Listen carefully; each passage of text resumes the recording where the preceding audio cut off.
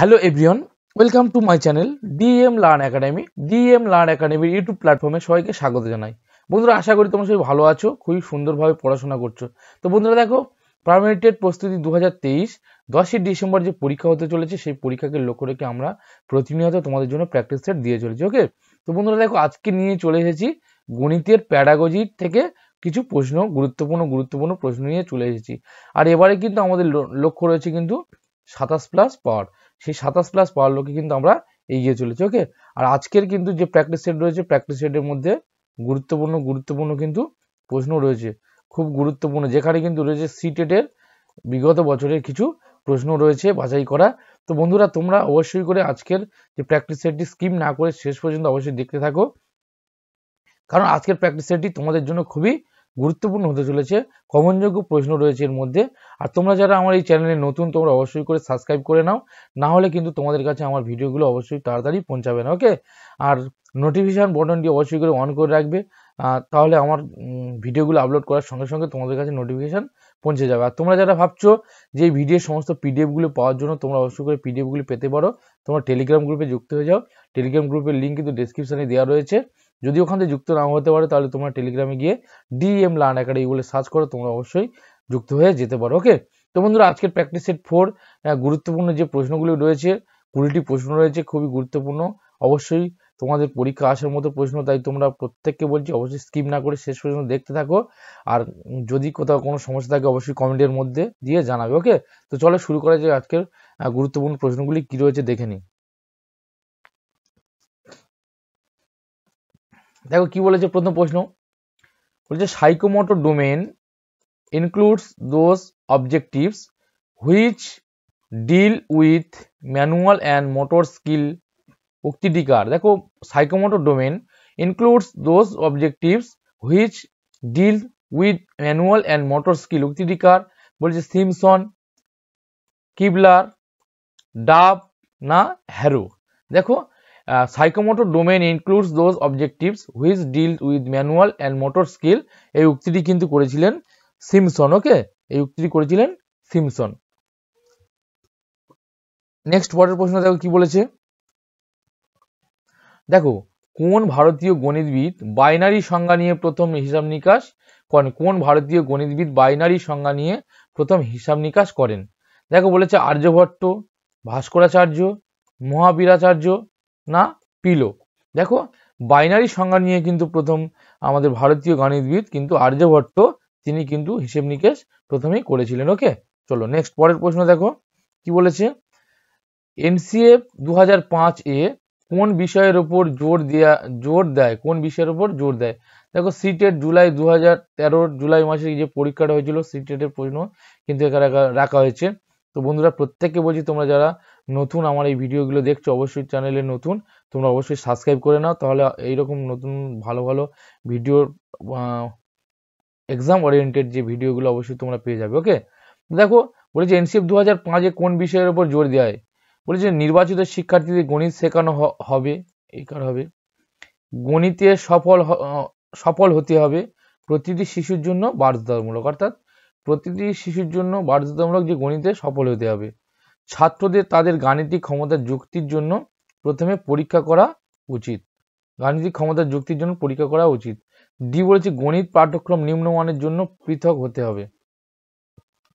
দেখো, তাহলে এনসিএফ 2005 এর মধ্যে এই চারটে যে অপশন রয়েছে, এর মধ্যে কি বলা হয়েছিল? দেখো, এর মধ্যে কিন্তু বলা হয়েছিল যে শিশুদের জন্য কিন্তু গণিত অবশ্যই করে বাধ্যতামূলক, শিশুদের জন্য গণিত অবশ্যই করে বাধ্যতামূলক, এবং গণিতে সবাইকে কিন্তু সফল হতে হবে, এটা কিন্তু বলা হয়েছিল যে এনসিএফ 2005 এই বিষয়টার উপরে জোর দেওয়া হয়েছিল। ওকে, গণিতে সফল হতে এবং প্রতিটি বিষয় শিশুর জন্য বাধ্যতামূলক। চলো পরেরটা দেখো, বলেছে কোন ধরনের মূল্যায়নকে এভুলেশন অফ লার্নিং বলা হয়? দেখো, খুবই গুরুত্বপূর্ণ প্রশ্ন রয়েছে, তোমরা অবশ্যই করে যারা এখনো লাইক করনি অবশ্যই লাইক করে দাও একটু। ওকে, আর তোমাদের যদি কোনো সমস্যা থাকে তোমরা অবশ্যই করে কমেন্টের মধ্যে দিয়ে জানাও। ওকে, আর তোমরা যারা নতুন অবশ্যই সাবস্ক্রাইব করে নাও। দেখো, কোন ধরনের মূল্যায়নকে এভুলেশন অফ লার্নিং বলা হয়? প্রস্তুতিকালীন মূল্যায়ন, অন্তিম মূল্যায়ন, স্থান নির্ণায়ক মূল্যায়ন, দুর্বলতা নির্ণায়ক মূল্যায়ন। দেখো, এভুলেশন অফ লার্নিং অর্থাৎ শেখার জন্য মূল্যায়ন। শেখার জন্য মূল্যায়ন কিন্তু বলা হয় বন্ধুরা, দেখো প্রস্তুতিকালীন মূল্যায়নকে আমরা শেখার জন্য মূল্যায়ন বা এভুলেশন অফ লার্নিং বলে থাকি। ওকে, তাহলে উত্তরটি হয়ে গেল 1 নম্বর ইয়েরটা। দেখো পরের প্রশ্ন কি বলেছে, গণিত পাঠ্যক্রম অখণ্ড করার সুপারিশ দেয়া হয় কোন শ্রেণী থেকে কোন শ্রেণী পর্যন্ত? গণিত পাঠ্যক্রম অখণ্ড করার সুপারিশ দেওয়া হয়, দেখো সব কিন্তু ভেরি ভেরি ইম্পর্টেন্ট প্রশ্ন, গুরুত্বপূর্ণ বন্ধুরা প্রশ্ন রয়েছে তোমাদের জন্য, অবশ্যই কেউ স্কিপ না করে দেখতে থাকো, আরো গুরুত্বপূর্ণ প্রশ্ন রয়েছে। দেখো গণিত পাঠ্যক্রম অখণ্ড করার সুপারিশ দেওয়া হয় কোন শ্রেণী থেকে কোন শ্রেণী পর্যন্ত? বলেছে প্রথম থেকে দশম শ্রেণী পর্যন্ত, প্রথম থেকে নবম শ্রেণী পর্যন্ত, প্রথম থেকে অষ্টম শ্রেণী পর্যন্ত, প্রথম থেকে সপ্তম শ্রেণী পর্যন্ত। দেখো তাহলে গণিত পাঠ্যক্রমকে অখণ্ড করার সুপারিশ কিন্তু দেওয়া হয়েছিল প্রথম থেকে নবম শ্রেণী পর্যন্ত, প্রথম থেকে নবম শ্রেণী পর্যন্ত গণিত পাঠ্যক্রমকে অখণ্ড রাখার বা অখণ্ড করার জন্য সুপারিশ করা হয়। ওকে, চলো পরের প্রশ্ন। দেখো 6 নম্বর প্রশ্ন কি বলেছে, প্রস্তুতিকালীন মূল্যায়নের বৈশিষ্ট্য। প্রস্তুতিকালীন মূল্যায়ন, দেখো পূর্বে মূল্যায়ন করা হয়, শিখন শেষ করার পর যে মূল্যায়ন, শিখন চলাকালীন যে মূল্যায়ন, কোনটি না। দেখো প্রস্তুতিকালীন মূল্যায়ন আমরা জানি যে যখন শিখন যখন পরিচালনা হয় বা যখন চলে তখন যে মূল্যায়নটা করা হয় তখন তাকে বলা হচ্ছে কি প্রস্তুতিকালীন মূল্যায়ন। যেমন দেখো এখানে দেওয়া রয়েছে শিখন চলাকালীন মূল্যায়ন, অর্থাৎ শিক্ষক ও শিক্ষার্থীর মধ্যে যখন শিখন বিষয়টি যখন চলে বা শিখন যখন কার্যটি চালানো হয় তখন যে মূল্যায়নটা হয়ে থাকে তখন তাকে বলা হচ্ছে কি প্রস্তুতিকালীন মূল্যায়ন। ওকে, চলো নেক্সট পরেরটা। দেখো 7 নম্বরে কি বলেছে, একটি ক্লাসে শিক্ষক মহাশয় ছাত্রদেরকে একটি চতুর্ভুজকে বিভিন্ন উপায়ে সংজ্ঞায়িত করতে বলেছেন, বাহু ব্যবহার করে, কর্ণ ব্যবহার করে ইত্যাদি। তাহলে বাহু কর্ণ বিভিন্ন ব্যবহার করে কিন্তু শিক্ষক মহাশয় তিনি ছাত্রদেরকে সংজ্ঞা করতে বলেছেন। তাহলে শিক্ষকের উদ্দেশ্য কি, শিক্ষক এর মধ্যে দিয়ে কি করতে চাইছে? দেখো সিটের 2012 নভেম্বরের প্রশ্ন রয়েছে, এটা এসেছিল সিটের 2012 নভেম্বরে। দেখো এখানে কি বলেছে, ছাত্রদের বিভিন্ন অন্বেষণ করতে সাহায্য করা, ছাত্রদেরকে বিভিন্ন দৃষ্টিকোণ থেকে চতুর্ভুজ বুঝতে সাহায্য করা, শিক্ষার্থীদের সমস্ত সংজ্ঞা মুখস্থ করতে সাহায্য করা। দেখো সংজ্ঞা যখন বলে তখন কিন্তু কোনো ক্ষেত্রে প্রযোজ্য নয়, তাহলে সংজ্ঞাটা আমাদের কেটে দিতে হবে। দেখো সংজ্ঞার ভিত্তিতে চতুর্ভুজের সমস্ত সমস্যা সমাধানে ছাত্রদের সাহায্য করা, দেখো এখানেও সংজ্ঞা বলেছে তাহলে এটাও কিন্তু হবে না। ওকে, এবার দেখো ছাত্রদের বিভিন্ন অন্বেষণ করতে সাহায্য করা আর ছাত্রদের বিভিন্ন দৃষ্টিকোণ থেকে চতুর্ভুজ বুঝতে সাহায্য করা। দেখো তাহলে বিভিন্ন অন্বেষণ করতে, তাহলে অন্বেষণ ক্ষেত্রে এখানে সবথেকে গুরুত্বপূর্ণ যেটা দেখো ছাত্রদের কিন্তু বিভিন্ন দৃষ্টিকোণ থেকে চতুর্ভুজ বুঝতে সাহায্য করা, এই কারণে কিন্তু তিনি বাহু ব্যবহার করে, কর্ণ ব্যবহার করে, ঠিক আছে, বিভিন্ন এবং ইত্যাদি ব্যবহার করে তিনি কিন্তু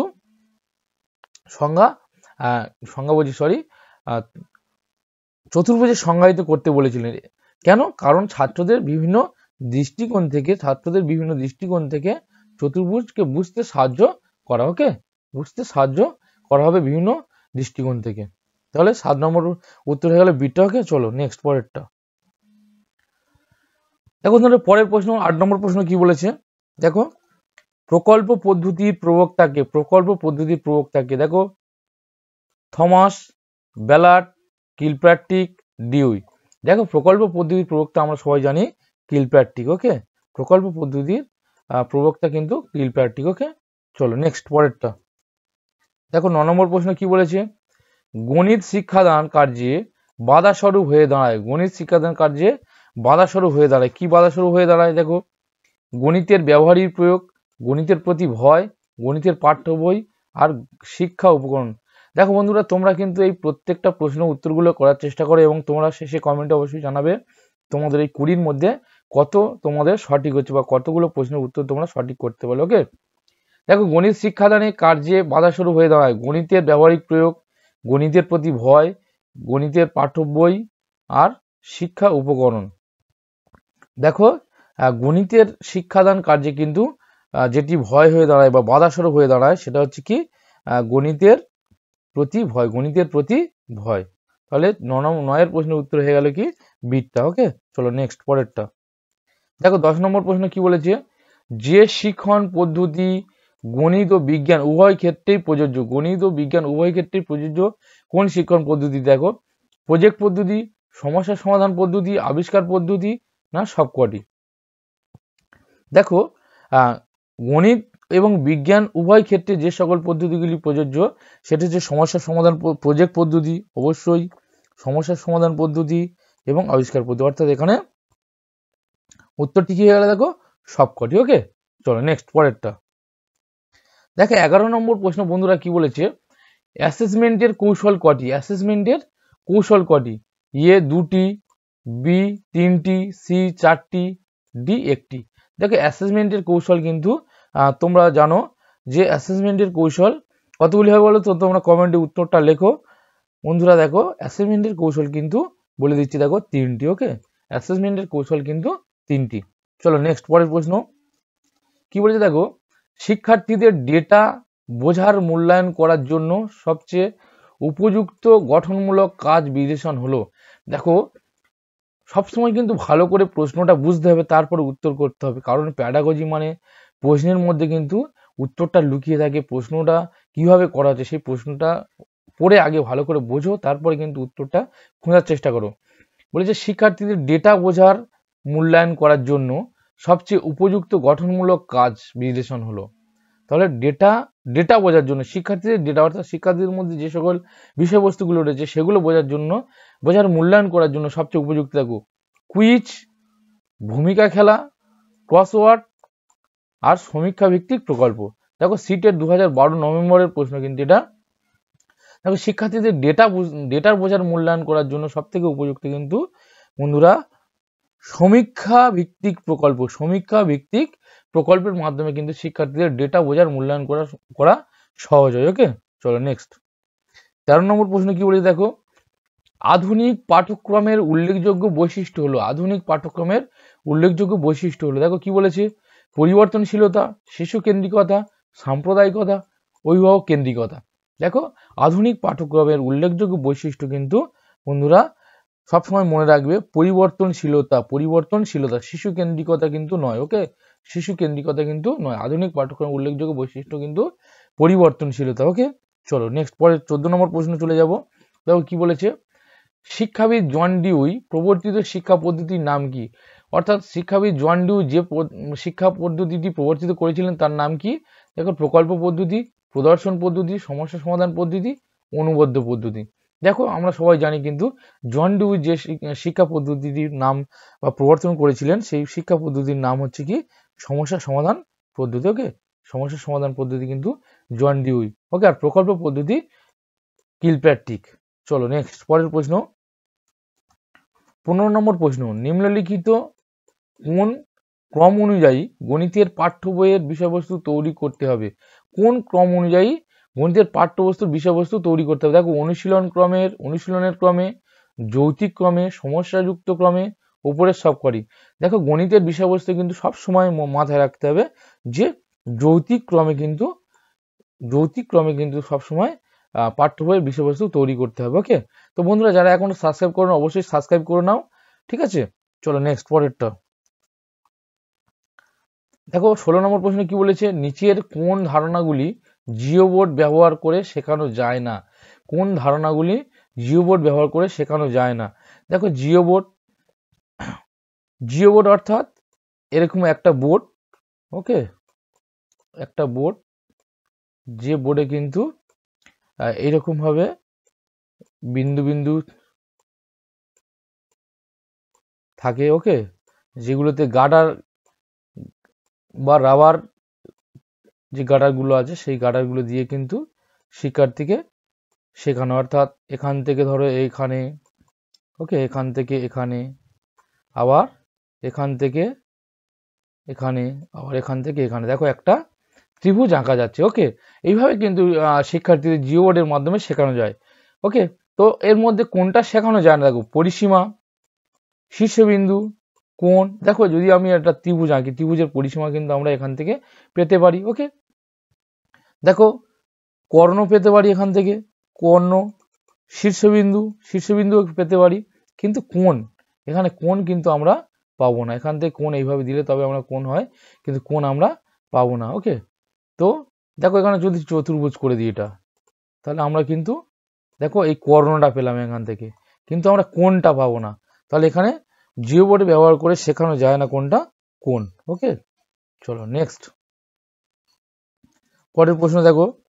17 নম্বর প্রশ্ন কি বলেছে, নিম্নলিখিত বিষয়গুলির মধ্যে কোনটি এনসিএফ 2005 অনুযায়ী প্রাথমিক বিদ্যালয়ের গণিত পাঠ্যক্রমের একটি অংশ? নিম্নলিখিত বিষয়গুলির মধ্যে কোনটি এনসিএফ 2005 অনুযায়ী প্রাথমিক বিদ্যালয়ের গণিত পাঠ্যক্রমের একটি অংশ? বলেছে দেখো বিমূর্ততা পরিচালনা, প্রমাণ খোঁজা, অনুমান করা, প্রতিসাম্য। দেখো বলেছে এনসিএফ 2005 অনুযায়ী প্রাথমিক বিদ্যালয়ের গণিত পাঠ্যক্রমের একটি অংশ।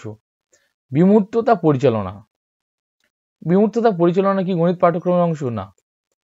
দেখো প্রমাণ খোঁজা, প্রমাণ খোঁজা এটা কিন্তু গণিতের পাঠ্যক্রমের কোনো অংশ নয়। অনুমান করা, ধরে নেওয়া, এগুলো কি অনুমানের মাধ্যমে কি গণিত হয় কি কোনোদিন? হয় না। কিন্তু এখানে প্রতিসাম্য, দেখো প্রতিসাম্যটা কিন্তু আমাদের গণিত পাঠ্যক্রমের একটা অংশ। ওকে, চলো নেক্সট পরেরটা দেখো। খুব তাড়াতাড়ি আমরা প্রশ্নগুলো করছি কারণ আমাদের সময় হাতে আর নেই, তাই সময় অপচয় করার মতন সময় নেই, তাই আমরা খুবই তাড়াতাড়ি প্রশ্নগুলো অবশ্যই করে যাচ্ছি। তোমরা ভালো করে বুঝে নাও, প্রত্যেকটা আমি ডিসকাসও করে দিচ্ছি। দেখো 18 নম্বর প্রশ্ন করেছে, শিক্ষক শ্রেণীতে পাটিগণিত পড়াচ্ছেন। পাটিগণিত পড়াচ্ছেন, তিনি একটি নির্দিষ্ট ধারণার পুনরাবৃত্তি করতে থাকেন যতক্ষণ না এটি শিক্ষার্থীদের মনে স্থির হয়। শ্রেণীতে শিক্ষক যে পদ্ধতি করেন তাকে কি বলা হয়? দেখো পাটিগণিত পড়াচ্ছেন শিক্ষক, তিনি একটি নির্দিষ্ট ধারণার পুনরাবৃত্তি করতে থাকেন যতক্ষণ না এটি শিক্ষার্থীদের মনে স্থির হয়।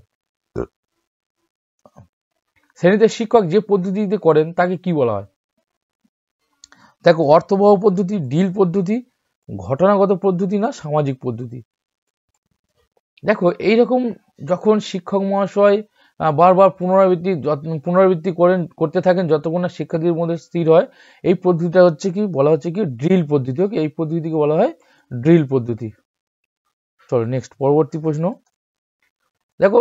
0.30 ইন্টু 0.2 সমান 0.06। 2 দশমিক সংখ্যার গুণের ধারণার ব্যাখ্যা করার জন্য নিচের কোন শিক্ষা উপকরণটি সবচেয়ে উপযুক্ত? দেখো সিটের 2019-এর জুলাই মাসের প্রশ্ন ছিল এটা। তাহলে 2 দশমিক সংখ্যার গুণের ধারণা ব্যাখ্যা করার জন্য নিচের কোন শিক্ষা উপকরণটি সবচেয়ে উপযুক্ত? দেখো বলেছে graph paper, Dienes block, Taylor abacus, number chart. দেখো 2 দশমিক সংখ্যা বা দশমিক সংখ্যা কিন্তু দেখানোর সব থেকে উপযুক্ত বা শিক্ষা সবচেয়ে উপযুক্ত উপকরণটা কিন্তু গ্রাফ পেপার। ওকে, গ্রাফ পেপারের মাধ্যমে কিন্তু আমরা 2 দশমিক সংখ্যার যে গুণের ধারণা ভালোভাবে সেখানে আমরা উপস্থাপন করতে পারি। ওকে, তো তোমরা যারা এখনো সেশনটি অবশ্যই লাইক করোনি, তোমরা অবশ্যই ভিডিওটি লাইক করে দাও এবং সঙ্গে সঙ্গে একটা শেয়ার অবশ্যই করো। তোমাদের এই শেয়ার বা লাইক কিন্তু আমাকে অনেকটা ইন্সপিরেশন জাগাবে।